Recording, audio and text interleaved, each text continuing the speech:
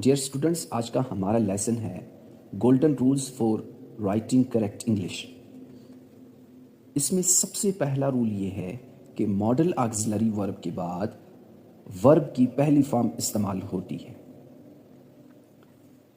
अच्छा, model auxiliary verb क्या है? Modal auxiliary verb can, could, will, would, shall, should, may, might, must, ought to and used to, ये 11 modal auxiliary verb है। अब मिसाल समझिए, Ali used to playing cricket. ये सेंटेंस इनकरेक्ट है क्योंकि मुझे और आपको पता चला है इस रूल से कि यूज्ड टू एक मॉडल ऑक्सिलरी वर्ब है और इस यूज्ड टू के बाद वर्ब की पहली फॉर्म इस्तेमाल होती है जो कि क्या है? प्ले। तो हम कहते हैं Ali used to play cricket. ये सेंटेंस करेक्ट है। दूसरे नंबर पे दूसरा एग्जांपल है she ought to filled sheet.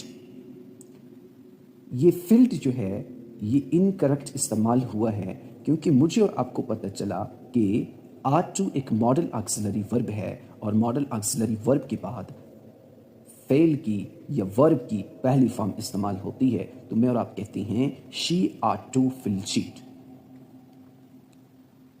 इसी तरह दूसरी तमाम मॉडल ऑक्सिलरी वर्ब है। एक और मिसाल ले लेते हैं। वो मिसाल ये है कि वी मस्ट स्पोक इंग्लिश। ये सेंटेंस ग्रामेटिकल इनकरेक्ट है क्योंकि मुझे और आपको पता चला है इस रूल के तहत कि मस्ट एक मॉडल ऑक्सिलरी वर्ब है और मस्ट के बाद मैंने और आपने वर्ब की पहली फॉर्म इस्तेमाल करनी है और वो क्या है? We must speak English. दूसरा रूल है हमारा लेट एक वर्ब है और लेट को हम कहते हैं कि ये एक कॉजेटिव वर्ब है। लेट के बाद अगर मैंने और आपने वर्ब इस्तेमाल करना है तो लेट के बाद मैंने और आपने वर्ब की पहली फॉर्म इस्तेमाल करनी है। मिसाल के तौर पर लेट हिम वेंट देयर। ये सेंटेंस इनकरेक्ट है क्योंकि लेट के बाद जो वेंट आ रहा है ये वर्ब की सेकंड फॉर्म है जो कि इनकरेक्ट है और इसकी जगह पे करेक्ट फॉर्म ये बनती है लेट हिम गो देयर। ये करेक्ट सेंटेंस हुआ। I let her playing football. अब यहां पे लेट के बाद प्लेइंग आ रहा है जो कि आईएनजी फॉर्म है या पार्टिसिपल कहते हैं इसको। ये सेंटेंस इनकरेक्ट है। अब I let her play football, यहां पे ये सेंटेंस करेक्ट है क्योंकि लेट के बाद क्या आ रहा है? वर्ब की पहली फॉर्म इस्तेमाल हो रही है जो कि प्ले है। They let thief to run away. ये सेंटेंस भी इनकरेक्ट है क्योंकि मुझे आपको ये पता चला है कि लेट के बाद वर्ब की पहली फॉर्म इस्तेमाल की जाती है तो इसलिए बेस इस्तेमाल की जाती है। टू रन ये ठीक नहीं है क्योंकि ये फुल इन्फिनिटिव है जबकि फर्स्ट फॉर्म जो इस्तेमाल होती है उसको बेयर इन्फिनिटिव कहा जाता है। तो ये कैसे होगा? दे लेट थीफ रन अवे। ये सेंटेंस ग्रामेटिकल करेक्ट है। तीसरा रूल पढ़ते हैं कि दो फ्यूचर सेंटेंसेस बैक वक्त एक ही जुमले के अंदर इस्तेमाल नहीं होते हैं। अगर दो फ्यूचर टेंसेस का माना उर्दू में हमें मिल रहा है तो मैंने और आपने इस बात को देखना है कि दो फ्यूचर टेंसेस उस जुमले के अंदर इस्तेमाल नहीं होगी बल्कि एक जुमला प्रेजेंट सिंपल या प्रेजेंट इंडेफिनिट टेंस का होगा और दूसरा फ्यूचर का होगा। तब वो माना किस में आ जाएगा? दोनों सेंटेंसेस का उर्दू में माना फ्यूचर में आएगा लेकिन इंग्लिश में फ्यूचर में इस्तेमाल नहीं होंगे। मिसाल के तौर पर अगर तुम मेहनत करोगे तो पास हो जाओगे।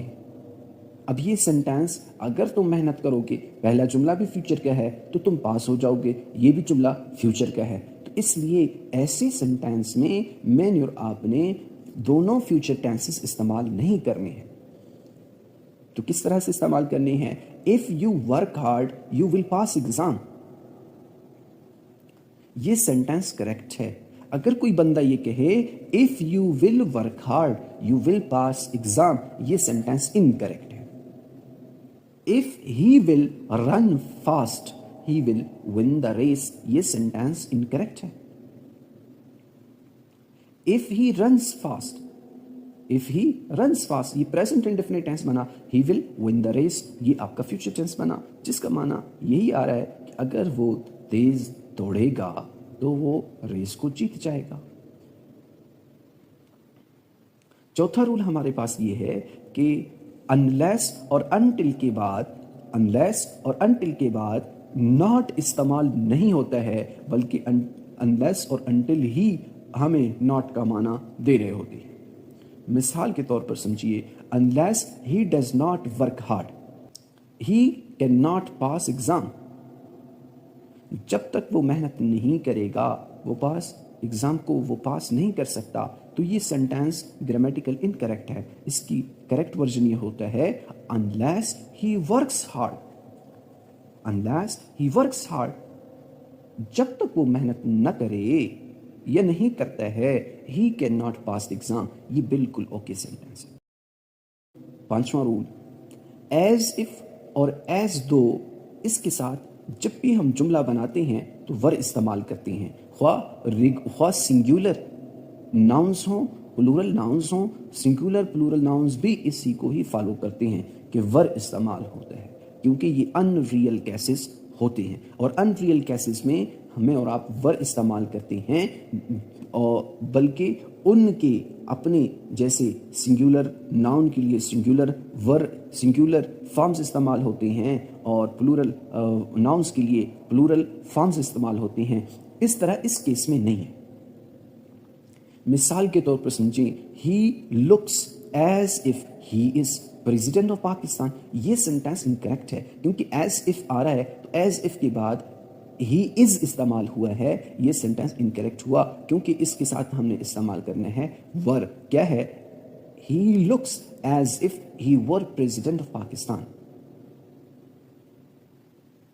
दूसरा जुमला देखें, he plays as though he is champion, ये सेंटेंस इनकरेक्ट है। तो इसका जो करेक्ट वर्जन है वो ये है, ही प्लेज एज दो ही वर चैंपियन। अगर वीडियो अच्छी लगे तो चैनल को सब्सक्राइब करें